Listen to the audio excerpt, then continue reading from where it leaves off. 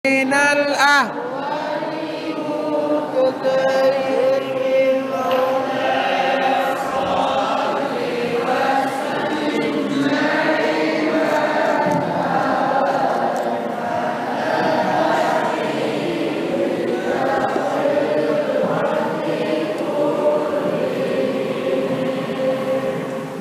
Terima kasih. Sini Mas Adi. Nah, makasih nah. Iya.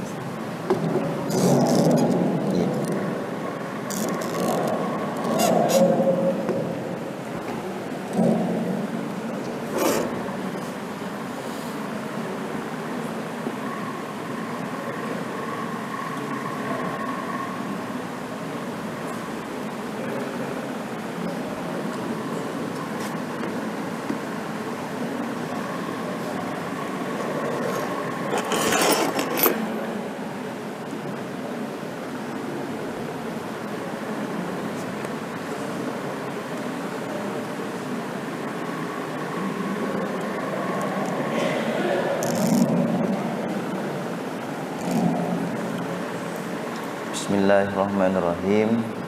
Assalamualaikum warahmatullahi wabarakatuh.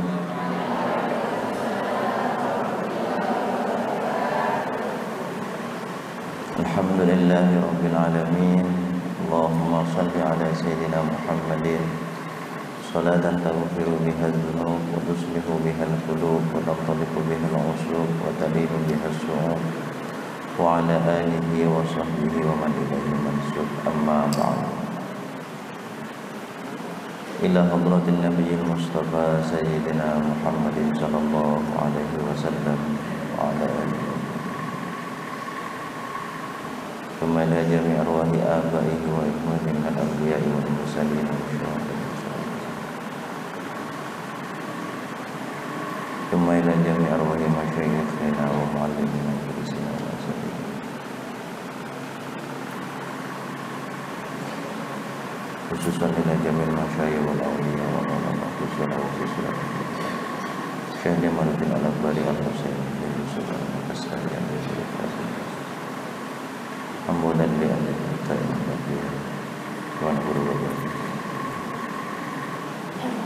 Thumma khususan ila musannif fi hadzal kitab Sayyid Abdullah bin Husain bin Tahir khususan ila musannif fi syarhi hadzal kitab Syekh Nawawi Al-Bantani wa ila jami' usulihim wa furu'ihim anna Allah yu'li darajatihim fil jannah wa yu'id 'alaina barakatihim wa asrarihim wa anwarihim wa 'ulumihim wa nafatihim fid din wa dunya wal akhirah. Al-Fatihah.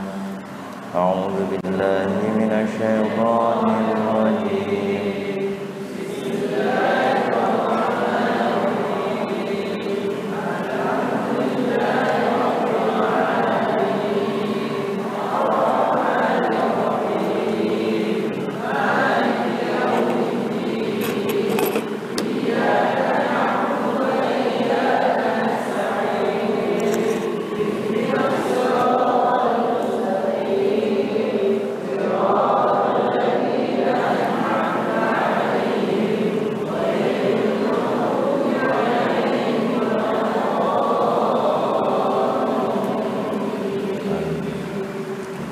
Bismillahirrahmanirrahim.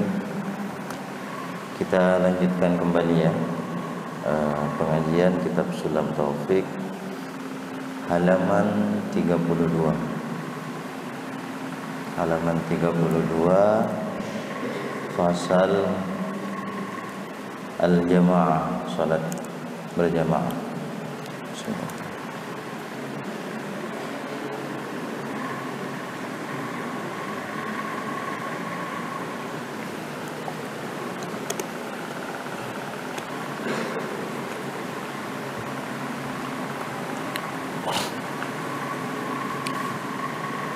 Bismillahirrahmanirrahim. Qala al-musannif rahimahullahu ta'ala wa nafa'ana bi ulumihi fid dharain amin.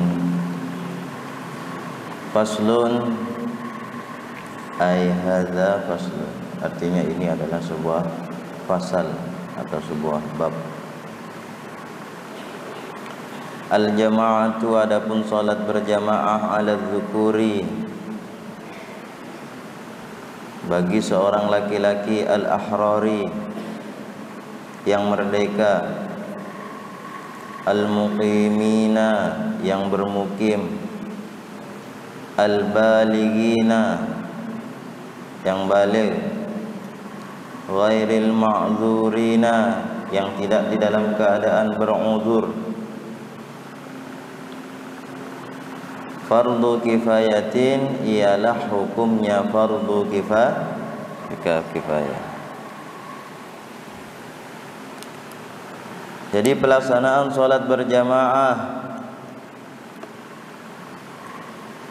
maksudnya sholat berjamaah di sini dilaksanakan di masjid jami', ya, masjid jami'. Jadi masjid yang bisa dilakukan sholat berjamaah, karena memang masjid berbeda dengan musalla. Musalla tempat sholat. Tahu musalla ya? Tahu. Kalau di Jawa istilahnya namanya langgar. Langgar itu musalla. Biasanya rata-rata milik pribadi. Jadi ada guyonan sholat itu boleh dilanggar. Bukan maksudnya dilanggar ya, tapi boleh di tempat langgar. Orang kalau tidak paham kadang maknanya, kadang marah, kadang jawab, oh tidak bisa begitu, kamu nanti murtad. Padahal maknanya adalah di musalla. Jadi bahasa Jawanya langgar. Musalla itu langgar. Jadi sholat berjamaah di masjid jami' yang bisa dilaksanakan sholat berjamaah. Jadi melaksanakan sholat di masjid itu banyak pahalanya, banyak fadilahnya. Kalau kita datang ke musalla, maka fadilah yang kita dapat adalah melaksanakan sholat dan melaksanakan sholat berjamaah. Tapi kalau di masjid jami, yang di situ bisa dilaksanakan sholat berjamaah dan sholat Jumat, kita datang saja niat i'tikaf itu sudah mendapatkan pahala. Nawaitul i'tikafa fi hadhil masjid, fi hadzal masjid sunnatan lillahi ta'ala. Itu sudah dapat pahala. Kamu tiduran saja di masjid, rebahan saja, enggak ngapa-ngapain, itu kalau niatnya niat i'tikaf, berdiam diri di masjid, maka mendapatkan pahala.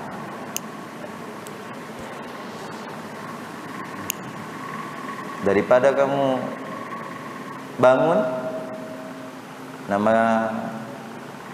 marah-marah sama temannya, terus kemudian berkelahi sama temannya, lebih baik tidur di masjid. Makanya kalau ada temannya yang tidur, jangan dibully, tidur terus. Daripada kamu bangun tapi nagibahi temanmu, lebih baik saya tidur. Jadi kadang tidur itu lebih baik. Tapi bukan saya bilang kemudian ayo kita tidur ya, bukan.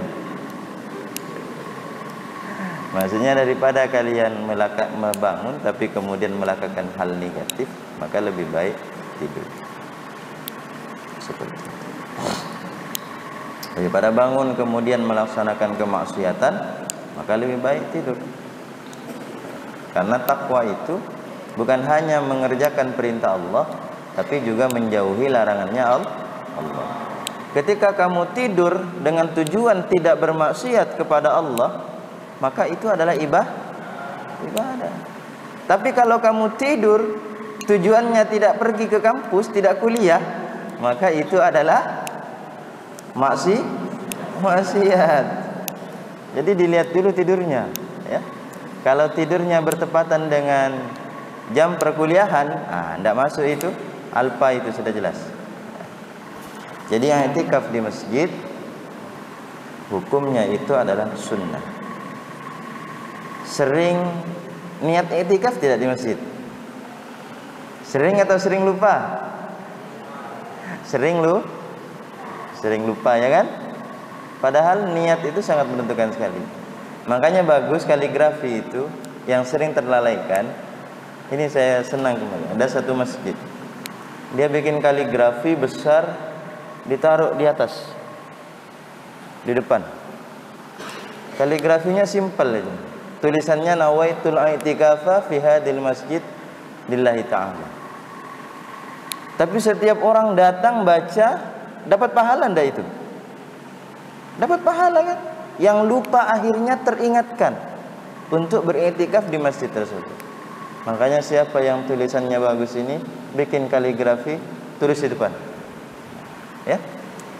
Setiap dosen dan orang yang lupa datang ke sini mau beriktikaf di masjid, setiap baca doa tersebut, baca niat tersebut, akhirnya menjadi iktikaf. Dia berdiam diri di masjid tersebut. Ya. Oke. Al-jamaah, melaksanakan sholat berjamaah di masjid, masjid jami maksudnya di sini. Al-dzukuri, atas laki-laki, al-ahrari yang merdeka. Kalau sekarang sudah tidak ada lagi perbudakan ya, jadi bebas mau, jadi semua sih. Jadi kriteria yang kedua ini sudah tidak ada lagi. Kalau dulu masih ada perbudakan, jadi mau keluar harus izin dulu daripada tuannya.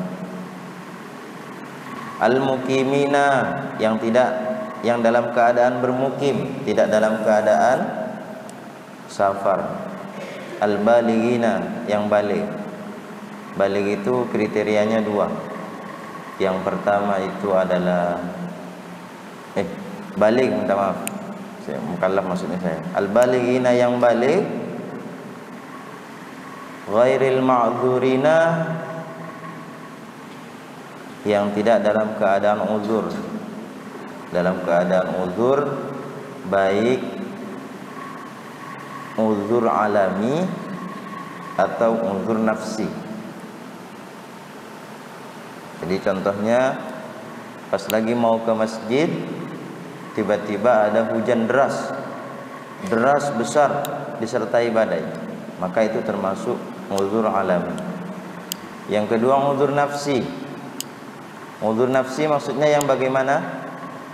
Yakni kalau seumpamanya pas lagi masuk waktu sholat berjamaah, kemudian dirinya lagi terkena demam, panas. Kalau keluar, kepalanya tambah pusing. Maka itu yang dimaksud dengan uzur. Maka kalau semua syarat itu sudah terpenuhi, maka melaksanakan sholat berjamaah adalah fardu kifayatin. Hukumnya adalah fardu kifayah, wajib. Artinya dalam satu kampung, dalam satu komunitas, jikalau ada minimal 2 orang yang melaksanakan sholat berjamaah, maka 2 orang tersebut menggugurkan kewajiban satu kampung. Tapi jikalau satu kampung tidak ada 1 orang pun yang melaksanakan sholat yang berjamaah, maka satu kampung tersebut mendapatkan dosa. Jadi kalian yang datang ke sini melaksanakan sholat berjamaah menggugurkan kewajiban bagi orang yang tidak melaksanakan sholat berjamaah di masjid.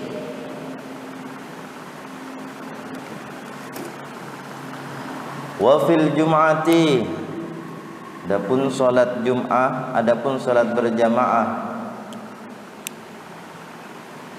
Wa fil jum'ati, dan ialah di dalam sholat Jum'ah, artinya berjamaah di dalam sholat Jum'ah, fardu ainin alaihim, adapun hukum fardu ainin alaihim atas az-zukur, al-ahrari, al-muqimina, al-balighina, ghairil ma'dzurin. Ialah hukumnya fardu ain. Jadi pelaksanaan sholat Jum'ah bagi laki-laki yang merdeka, yang bermukim itu tidak dalam keadaan safar. Safar bagi Imam Syafi'i itu jaraknya 85 kilo. Sini Makassar berapa? Pari Makassar 125.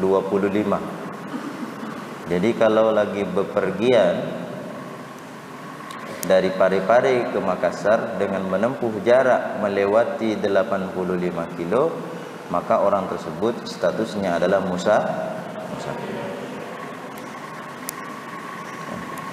Statusnya musafir. Karena ulama berbeda pendapat, seseorang dikatakan musafir itu patokannya itu apa? Ulama masih berbeda pendapat. Yang pertama ada yang berpatokan kepada jarak, yang kedua ada yang berpatokan kepada kesulitan. Meskipun jaraknya melebihi 85 kilo, tapi kalau dia tidak merasa kesulitan, maka itu tidak dianggap sebagai safar. Maka orang tersebut tidak sebagai seorang musafir. Ada ulama juga yang menyebutkan bahwasanya standarisasi sulit dan tidaknya itu adalah sangat relatif. Standarnya sulit sekali. Nanti jangan sampai ada orang yang mengatakan, saya pergi ke kampus dari rumah saya yang di Lumpue yang hanya berjarak 10 kilo sama 15 kilo. Tapi karena selama perjalanan saya mampir sana sini, mampir ke toko ini, mampir ke rumah ini, jadi perjalanan yang harusnya berangkat dari jam 7 nyampe di sini cuman jam 7.30, karena mampir ke kota, mampir antar istrinya, mampir antar anaknya, mampir lagi ke toko ikan, mampir lagi ke sini. Jadi sampai di kampus akhirnya jam 11 siang. Malah bisa lebih sampai jam 2 siang. Karena mampir dulu ke temannya ngopi, mampir dulu ke percetakan, mampir ini dulu, mampir jualan ini dulu. Meskipun jaraknya cuma 10 kilo, tapi menurut orang tersebut perjalanan ini dianggap sulit, dianggap berat. Maka kemudian mayoritas ulama yang menggunakan standar safar itu adalah jarak, kalau mau mengatakan safar itu dengan alasannya itu sulit, maka sangat relatif. Dan orang sangat gampang sekali memudahkan untuk mengatakan bahwasanya saya lagi perjalanan yang sulit. Karena tidak ada patokannya, ya kan? Standar sulitnya pribadi dengan orang lain itu akan bervariatif, akan berbeda-beda. Jadi menurut kita mentarji atau mengunggulkan bahwasanya seseorang dianggap safar ketika sudah menempuh jarak minimal 85 kilo. Karena ini sudah standarnya lebih realistis dan mudah untuk dijadikan patokan atau acuan. Dia dianggap musafir yang bagaimana ya kalau menempuh jarak minimal 85 kilo. Jadi kalau dia tidak sedang bepergian, kalau sini dengan baru lebih 85 kilo, sini baru sampai tidak? Tidak sampai. Maka belum dikatakan musafir.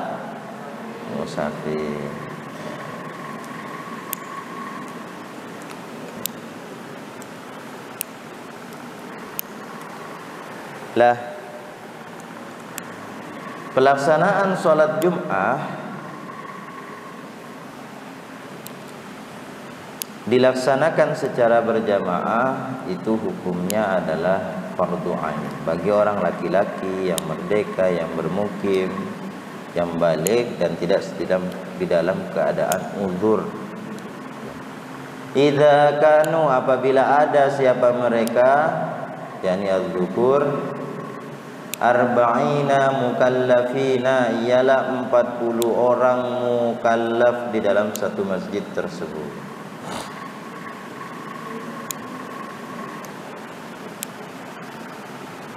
Makanya dulu dibuat jarak standar ulama fikih dahulu. Ini kemudian ditafsirkan oleh para para ahli fikih dan juga para tokoh masyarakat di Indonesia. Jadi kalau mau membuat masjid, jaraknya antara satu masjid dengan masjid yang lainnya minimal 40 rumah. Ya. Minimal jaraknya itu adalah 40 rumah. Jadi kalau di sini ada masjid, di sampingnya mau masjid lagi, minimal 40 rumah. Setidaknya satu kampung atau satu desa dengan desa yang lain baru ada rumah. Kenapa? Karena untuk memudahkan persyaratan satu masjid dipenuhi oleh 40 orang yang mukallaf ketika dilaksanakan sholat Jumat. Kira-kira dari sini dengan Pondok Indah, BTN Pondok Indah, Masjid Al-Barakah, masuk tidak selisih 40 rumah? Hah? Masuk tidak? Antara masjid yang di depan itu, apa itu? Masjid apa itu? Al-Munawwir. Dengan masjid depannya lagi, yang jalan raya itu? Ya, Mujahid ya. Masuk tidak standar minimal 40 rumah? Itulah maksudnya, meskipun tidak masuk standar minimal 40 rumah, tapi potensi untuk terisi minimal 40 orang itu besar oleh mukallaf, maka diperbolehkan. Diperbolehkan.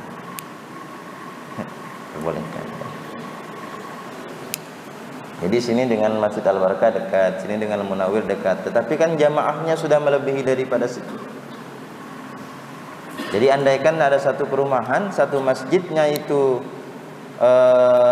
sudah terpenuhi lebih daripada 40 jamaah, ataupun sudah melebihi kapasitas dari masjidnya, sudah tidak bisa dikembangkan lagi ke atas, sudah lahan sudah, maka boleh kemudian di sampingnya atau perumahan yang lain, atau di dalam satu komplek perumahan yang kemudian berjarak agak jauh, tidak dekat langsung dengan masjid tersebut, mendirikan masjid. Kenapa? Karena untuk menampung jamaah yang tidak tertampung di masjid yang pertama tersebut.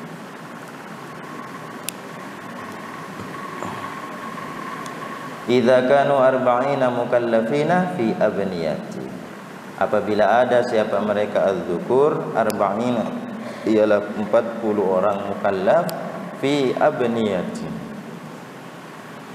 berdasarkan ketentuan-ketentuan yang di atas. Ketentuan yang di atas yang bagaimana? Yaitu az-zukur, al-ahrar, al-muqimin, al-balighin, ghairil maqdurin. Ya, laki-laki yang merdeka, yang bermukim, yang balik dan tidak dalam keadaan mukim. Jadi kalau ada 40 orang mukallaf itu dua ya, dulu pernah saya sampaikan. Yang pertama itu balik dan yang kedua akil. Yang pertama balik dan yang kedua akil. Wa 'ala man nawa al-iqamah, dan wajib juga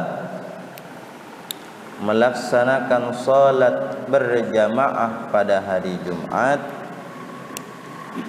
alaman atas orang nawa yang memiliki niat al-iqamah untuk bermukim, indahum di antara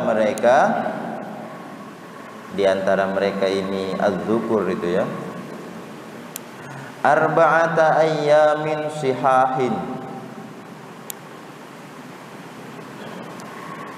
selama 4 hari sah, artinya selama 4 hari sempurna. Jadi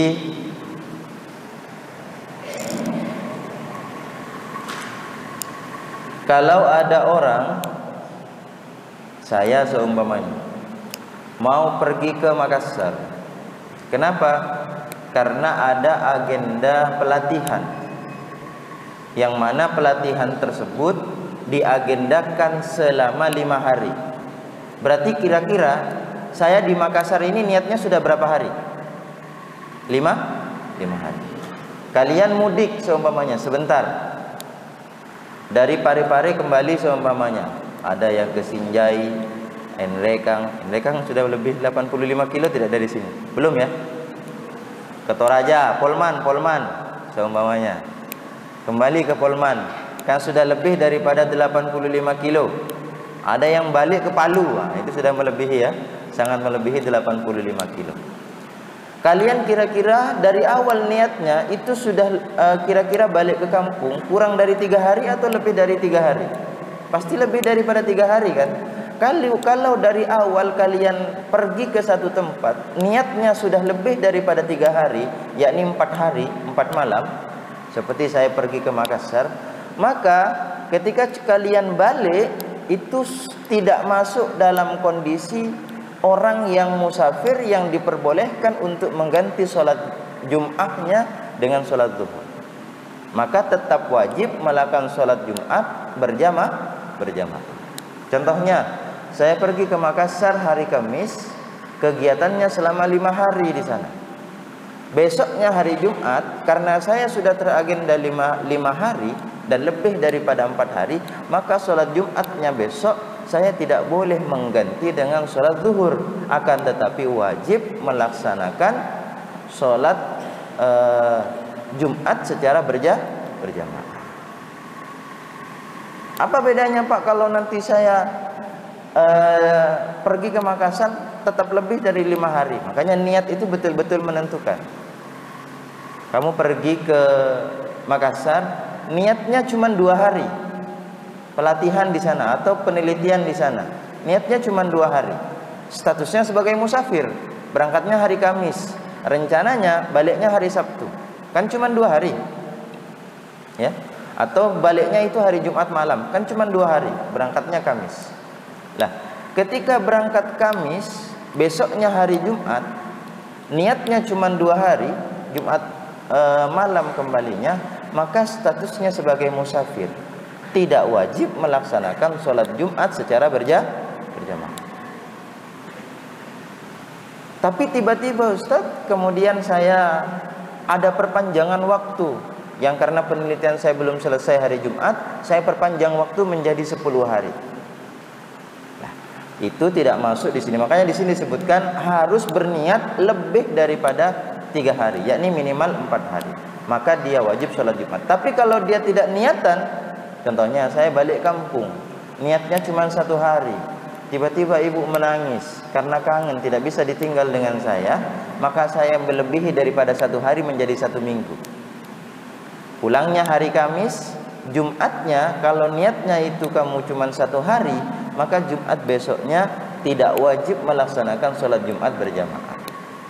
Makanya niat sangat menentukan terhadap status hukum seseorang. Al-umuru bimaqasidiha. Semua perbuatan tergantung daripada niatnya. Lah ini yang dijelaskan oleh Syekh Abdullah bin Tahir, bahwasanya kalau dia sudah dari awal niat lebih dari 4 hari, maka statusnya sudah bukan sebagai seorang musafir. Dia bermukim asli di situ, dan hukumnya sebagai orang yang mukimin, sebagai orang yang bermukim. Sampai jam berapa? Masih ada? Masih. Berapa lagi menit lagi? 10 menit lagi. 10 menit lagi. Saya lihat sendiri. Dia ragu-ragu.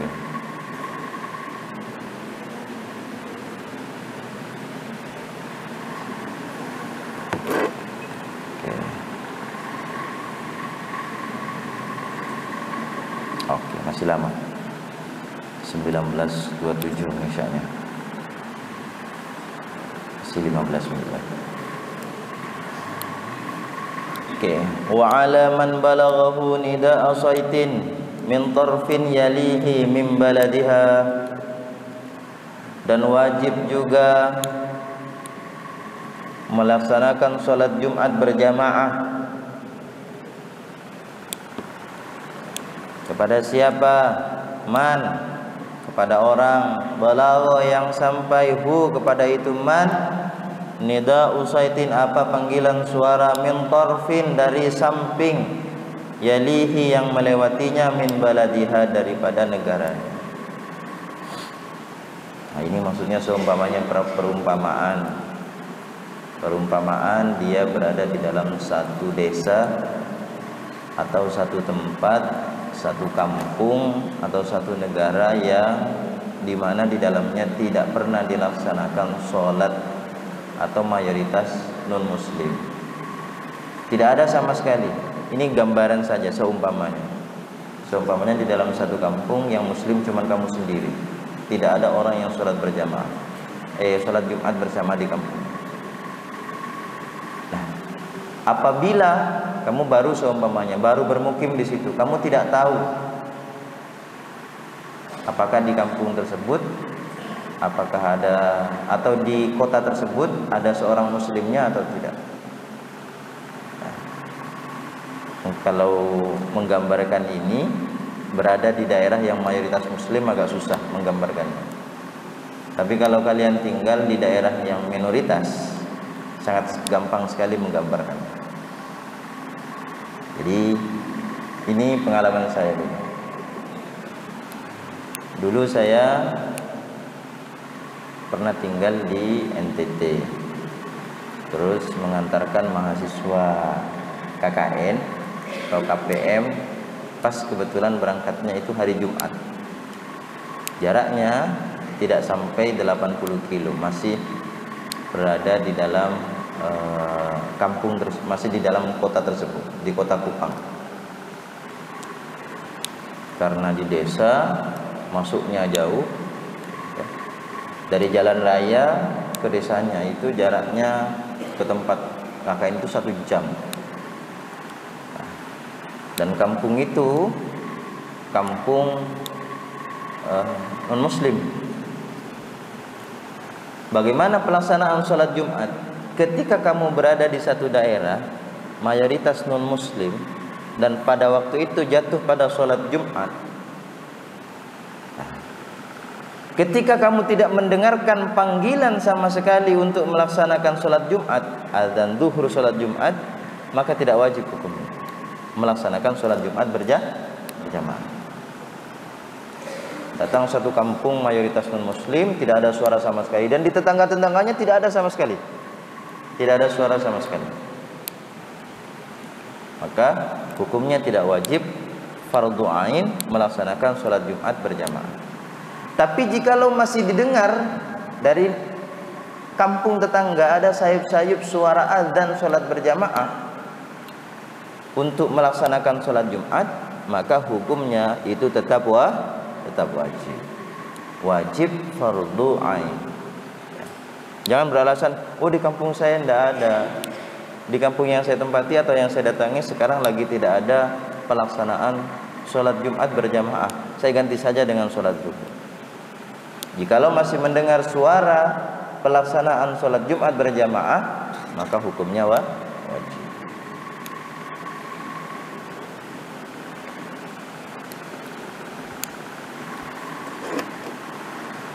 Wa syartuha, adapun syaratnya pelaksanaan sholat Jum'ah, adapun syarat daripada sholat Jumat berjamaah, waktu zuhri ialah masuknya waktu zuhur.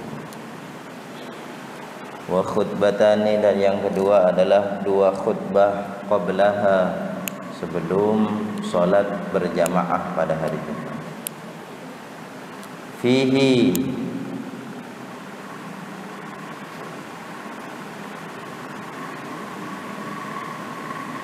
yang di dalamnya yasma'uhuma al-arba'un, yang mendengarkan huma kepada khutbatan al-arba'un, 40 orang laki-laki tersebut. Jadi kalau khatib suaranya harus lantang, ya. Suaranya harus lantang. Makanya besok kalau ada dari sini yang mau khutbah, suaranya harus jelas. Ingat, lantang ya, bukan berteriak. Jadi khotib tidak usah berteriak-teriak. Jadi kalau ada besok jamaah dari sini, tapi ada juga kadang khotib yang suka berteriak-berteriak itu, suka bikin kaget. Assalamualaikum warahmatullahi wabarakatuh. Adzan selesai. Alhamdulillah, kaget jamaahnya. Saya tanya, kenapa Ustaz? Suaranya kok tinggi sekali? Iya. Baru saya ucapkan salam, jamaahnya sudah di saf tengah ke belakang itu sudah atur barisan. Begini-begini sudah. Jadi bikin saf terapi. Alhamdulillahnya saya bikin keras Ustaz. Pada kaget itu. Jadi yang ngantuk-ngantuk langsung hilang Ustaz. Begitu. Trik ya. Karena kadang itu sholat Jumat itu banyak jamaah yang tertidur ya, yang tertidur. Pernah saya sampaikan kalau tidur merubah posisi daripada pantatnya, maka wudhunya batal. Harus diulang lagi wudhunya. Wa antu shalla,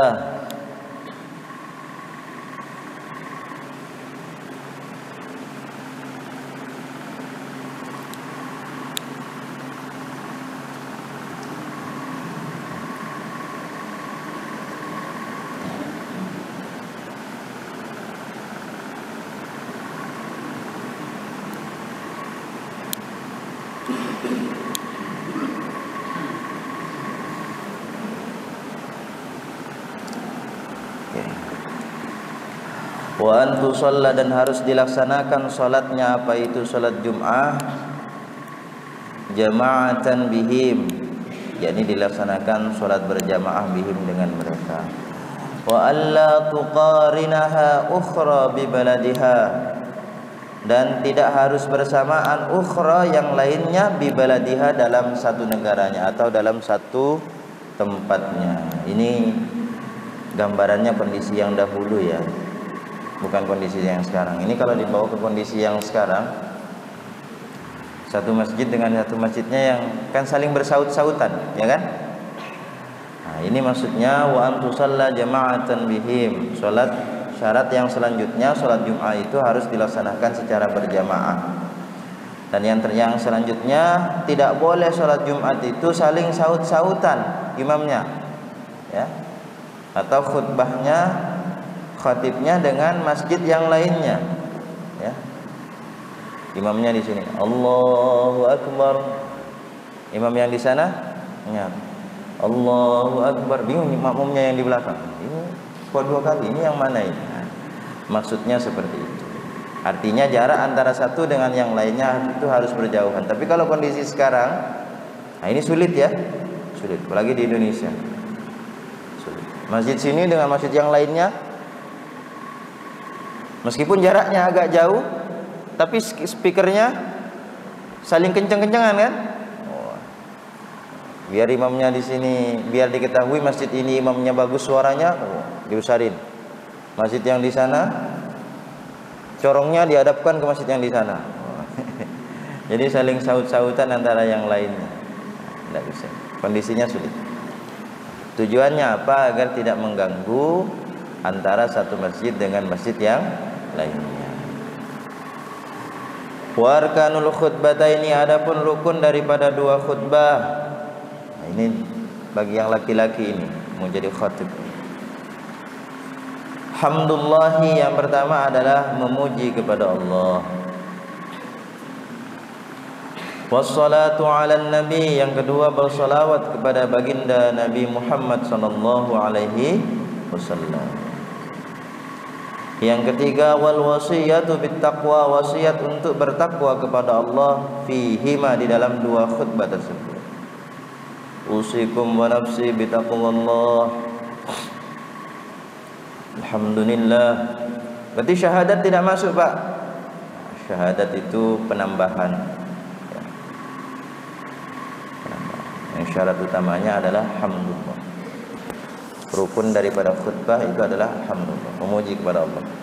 Alhamdulillah Alhamdulillah nahmaduhu wa nasta'inuhu wa nastaghfiruh wa na'udzu billahi min shururi anfusina wa min sayyiati a'malina. Pak, saya pengen pendek-pendek, boleh. Alhamdulillah. Allahumma salli ala sayyidina Muhammad wa ala ali sayyidina Muhammad, boleh. Karena alhamdulillah itu sudah maknanya dalam sekali. Makanya dalam kitab Tafsir Al-Misbah, lafaz alhamdu, memuji kepada Allah, itu mencakup 4 pujian. Pujian di dunia ini ada berapa macam? Yang pertama, Allah memuji kepada zatnya sendiri. Ada di dalam Al-Quran. Subhanalladzi asra, maha suci Allah. Al-Quran kalam dari siapa? Allah. Allah memuji kepada Allah itu sendiri. Yang kedua, Allah memuji kepada makhluknya. Dalam Al-Quran, Allah memuji kepada Nabi Muhammad. Allah memuji kepada para nabi. Yang ketiga, jadi yang kedua, Allah memuji kepada para nabi, maksudnya Allah memuji kepada para makhluknya. Contohnya, selain daripada nabi, Allah bersumpah demi makhluk yang itu dianggap, yang itu disebutkan karena ada keistimewaan di dalamnya. Contohnya, wadduha, Allah bersumpah demi waktu duha. Itu adalah bentuk pujian Allah kepada makhluk. Yang ketiga, makhluk memuji kepada Allah, ya kan? Dan yang terakhir, makhluk memuji kepada sesama makhluk. Contohnya, kamu memuji kepada temanmu, Insya Allah gantengnya Ki hari ini, matahari sih terang hari ini, tapi kita lewat jadi kalah terangnya matahari sama kita. Itu pujian dari makhluk kepada makhluk. Lah, 4 pujian tersebut terangkum di dalam kalimat alhamdulillah. Kenapa? Karena Allah memuji kepada Allah, sumbernya dari Allah. Allah memuji kepada makhluknya, makhluk ciptaannya Allah. Makhluk memuji kepada Allah, memang Allah layak untuk dipuji. Makhluk memuji kepada sesama makhluk, makhluk itu ciptaannya daripada Allah. Jadi semuanya kembali kepada alhamdulillah. Jadi kalau mau khutbah cukup dengan alhamdulillah, itu sudah sah. Salatu ala nabi wal wasiyatu bit taqwa. Yang keempat, wa ayatun mafhumatun fi ahadihima, dan ayat-ayat yang dipahami fi ahadihima, fi ihdahuma, di dalam salah satu daripada dua khutbah tersebut. Jadi ayat itu boleh di khutbah pertama saja boleh, di khutbah yang kedua saja itu boleh. Nah, ini banyak yang salah kaprah. Ketika di khutbah yang pertama tidak ada ayat Al-Qur'annya, khatibnya tidak baca ayat Al-Qur'annya, lalu kemudian jamaah mengatakan, oh tidak sah salatnya, tidak sah khutbahnya. Padahal masih bisa diulangi di ayat yang kedua. Makanya jangan buru-buru. Sering kejadian ini. Kalau di ayat yang kedua kemudian dibacakan ayat Al-Qur'annya, maka sah khutbahnya. Waddu'a'u lil mu'minina fi tsaniyah, dan doa kepada seluruh orang mukmin fi tsaniyah, pada khutbah yang kedua. Sudah masuk waktunya? Oke. Baik, sampai di sini ya. Insyaallah nanti akan dilanjutkan oleh ustaz yang selanjutnya.